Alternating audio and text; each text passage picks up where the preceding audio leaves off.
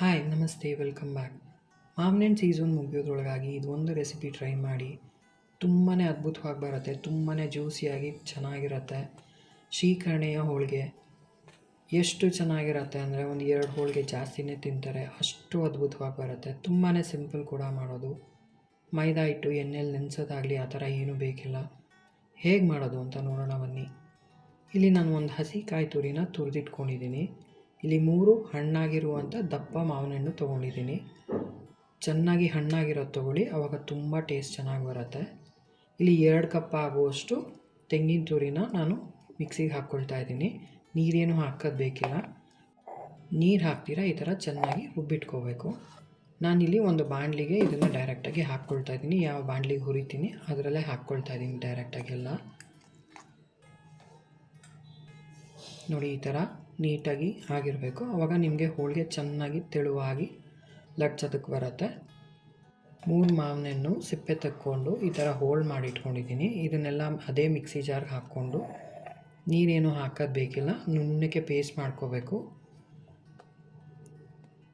ಚೆನ್ನಾಗಿ ನುಣ್ಣಗೆ ಪೇಸ್ಟ್ ಮಾಡ್ಕೊಂಡು ಇದನ್ನು ನೋಡಿ ಈ ಥರ ನುಣ್ಣಕ್ಕೆ ಹಾಕಬೇಕು. ಹೋಳಿರಬಾರ್ದು ಮಧ್ಯದಲ್ಲೇನು. ನಾನು ನೀರೇನು ಹಾಕಿಲ್ಲ, ಒಂದು ತೊಟ್ಟು ನೀರು ಹಾಕಿಲ್ಲ. ಇದನ್ನಷ್ಟು ಇದಕ್ಕೆ ಟ್ರಾನ್ಸ್ಫರ್ ಮಾಡ್ಕೊಳ್ತಾ ಇದ್ದೀನಿ.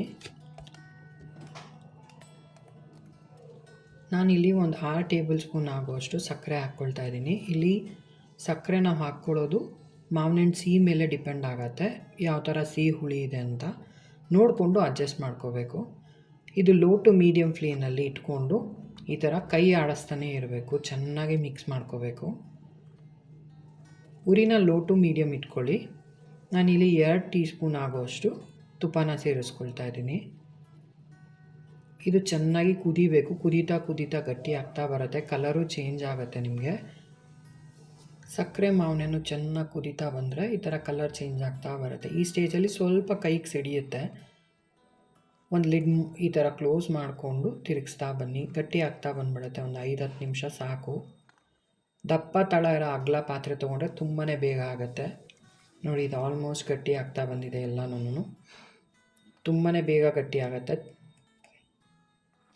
ಈ ಥರ ತಲಾ ಬಿಡ್ತಾ ಬಂದರೆ ಇದು ಆಲ್ಮೋಸ್ಟ್ ಆಗಿದೆ. ಇದಕ್ಕಿಂತ ಗಟ್ಟಿ ಮಾಡ್ಕೊಳಕ್ಕೆ ಹೋಗಬೇಡಿ, ಏಕೆಂದರೆ ಆರಿದಾಗ ಇನ್ನೂ ಗಟ್ಟಿ ಆಗುತ್ತೆ. ನಿಮ್ಗೆ ಆವಾಗ ಹೋಳಿಗೆ ಚೆನ್ನಾಗಿ ಬರೋಲ್ಲ. ತುಂಬ ಗಟ್ಟಿ ಆಗಿಬಿಟ್ರೆ ನಿಮಗೆ ಹೋಳಿಗೆ ಸಾಫ್ಟಾಗಿ ಚೆನ್ನಾಗಿ ಬರೋಲ್ಲ. ಈ ಥರ ಲಾಸ್ಟಲ್ಲಿ ಸ್ಟವ್ ಆಫ್ ಮಾಡ್ಕೊಂಡ್ಮೇಲೆ ಸ್ವಲ್ಪ ಏಲಕ್ಕಿ ಹಾಕ್ಕೊಂಡು ಚೆನ್ನಾಗಿ ಮಿಕ್ಸ್ ಮಾಡ್ಕೊಳ್ತಾ ಇದ್ದೀನಿ. ಇದನ್ನು ಕಂಪ್ಲೀಟಾಗಿ ತಣ್ಣಗೆ ಹಾಕ್ಬಿಡಬೇಕು. ತಣ್ಣಗಾದರೆ ನಿಮ್ಗೆ ಇನ್ನೂ ಗಟ್ಟಿ ಆಗುತ್ತೆ. ನಿಮಗೆ ಹೂರ್ಣ ನೀಟಾಗಿ ಮಾಡೋಕ್ಕೆ ಶೇಪಲ್ಲಿ ಬರುತ್ತೆ.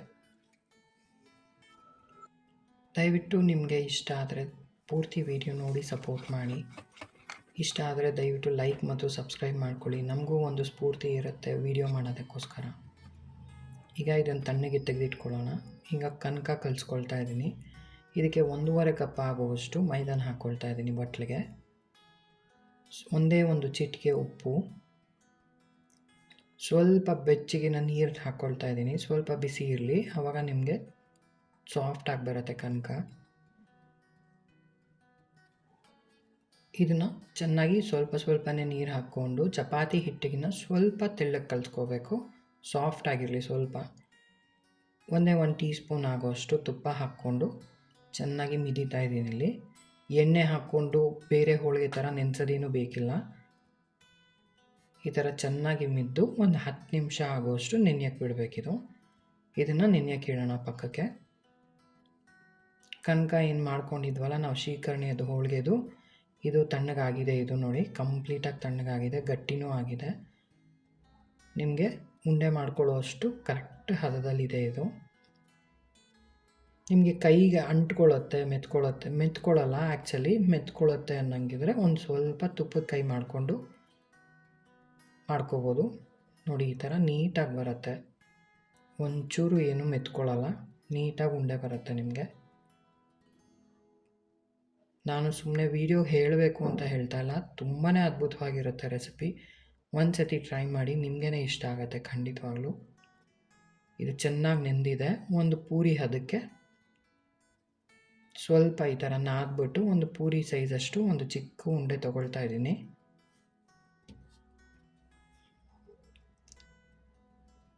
ಈ ಥರ ಚಿಕ್ಕ ಉಂಡೆ ತೊಗೊಂಡು ಪೂರಿ ಸೈಜಷ್ಟು ಫಸ್ಟ್ ಲಟ್ಟಿಸ್ಕೊಳ್ತಾ ಇದ್ದೀನಿ. ಕಾಯಿ ತುರಿ ಬೇಡ ಅಂತ ಅಂದವರು ಇಲ್ಲಿ ಚಿರೋಟಿ ರವೆನೂ ಯೂಸ್ ಮಾಡ್ಕೋಬೋದು. ಅದೇ 1.5 ಕಪ್ಪಷ್ಟು ಚಿರೋಟಿ ರವೆ ಹಾಕ್ಕೊಂಡು ಮಾವಿನ ಹಣ್ಣು ರಸ 2 ಕಪ್ ಹಾಕ್ಕೊಂಡು ನೀವು ಸೇಮ್ ಇದೇ ಪ್ರಕಾರದಲ್ಲಿ ಮಾಡಿದ್ರೆ ಅದೂ ತುಂಬಾ ಅದ್ಭುತವಾಗಿ ತುಂಬ ಸಾಫ್ಟಾಗಿ ಚೆನ್ನಾಗಿ ಬರುತ್ತೆ. ಅದೂ ತುಂಬ ಚೆನ್ನಾಗಿರುತ್ತೆ ಹೋಳಿಗೆ. ಇವಾಗ ನಾವು ಸ್ಟಫಿಂಗ್ ಏನು ಮಾಡಿಟ್ಕೊಂಡಿದ್ವಿ ಅದು ಈ ಥರ ಮಧ್ಯದಲ್ಲಿ ಇಟ್ಕೊಂಡು ಮೇಲೆ ನೀಟಾಗಿ ಈ ಥರ ಫೋಲ್ಡ್ ಮಾಡಿಕೊಂಡು ಈ ಥರ ಲೈಟಾಗಿ ಪ್ರೆಸ್ ಮಾಡ್ಕೋಬೇಕು. ಎಲ್ಲನೂ ಕನಕ ಸ್ಪ್ರೆಡ್ ಆಗಂಗೆ ಈ ಥರ ಲೈಟಾಗಿ ಸ್ಪ್ರೆಡ್ ಮಾಡ್ಕೋಬೇಕು. ಸ್ವಲ್ಪ ಇವಾಗ ಹಿಟ್ಟು ಉದುರಿಸ್ಕೊಂಡು ಲಟ್ಟಿಸ್ತಾ ಹೋಗಬೇಕು.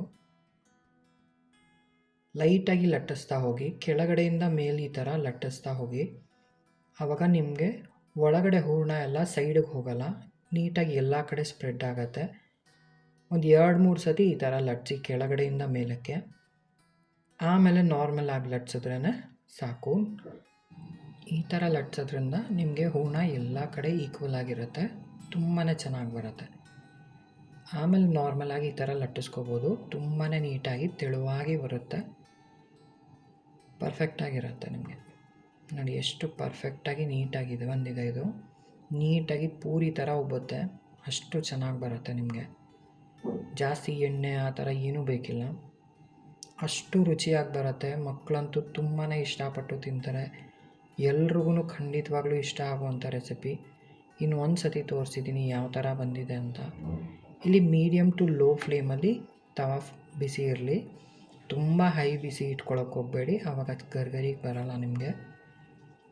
ಈ ಥರ ಎರಡೂ ಸೈಡ್ ಸ್ವಲ್ಪ ತುಪ್ಪ ಹಾಕ್ಕೊಂಡು ಅಥವಾ ಎಣ್ಣೆ ಹಾಕ್ಕೊಂಡು ಸುಟ್ಕೊಂಡ್ರೆ ತುಂಬಾ ಚೆನ್ನಾಗಿ ಬರುತ್ತೆ.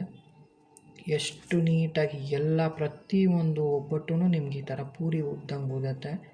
ಒಳಗಡೆ ಅಷ್ಟೇ ಜ್ಯೂಸಿಯಾಗಿ ತುಂಬ ಚೆನ್ನಾಗಿರುತ್ತೆ. ಬಿಸಿ ಬಿಸಿಲಿ ತಿಂತಿದ್ರೆ ಅಂತೂ ತುಪ್ಪದ ಜೊತೆ ಆಹಾ ಅಷ್ಟು ಅದ್ಭುತವಾಗಿರುತ್ತೆ. ಖಂಡಿತವಾಗ್ಲೂ ಎಲ್ಲರೂ ಇಷ್ಟಪಟ್ಟು, ಮನೆ ಮಂದಿ ಎಲ್ಲರೂ ಇಷ್ಟಪಟ್ಟು ತಿನ್ನುವಂಥ ಒಂದು ಅದ್ಭುತವಾದ ರೆಸಿಪಿ. ಒಂದು ಸತಿ ಟ್ರೈ ಮಾಡಿ ಹೇಗೆ ಅನ್ನಿಸ್ತು ಅಂತ ಹೇಳಿ. ಇಷ್ಟ ಆದರೆ ದಯವಿಟ್ಟು ಲೈಕ್ ಮತ್ತು ಸಬ್ಸ್ಕ್ರೈಬ್ ಮಾಡ್ಕೊಂಡು ಸಪೋರ್ಟ್ ಮಾಡಿ. ನೋಡಿ ಎಷ್ಟು ಚೆನ್ನಾಗಿ ಬಂದಿದೆ ಒಳಗಡೆ ಫಿಲ್ಲಿಂಗು. ವಿಡಿಯೋ ನೋಡಿದ್ದಕ್ಕಾಗಿ ಧನ್ಯವಾದಗಳು. ಮುಂದಿನ ವಿಡಿಯೋದಲ್ಲಿ ಖಂಡಿತ ಸಿಗೋಣ. ನಮಸ್ತೆ.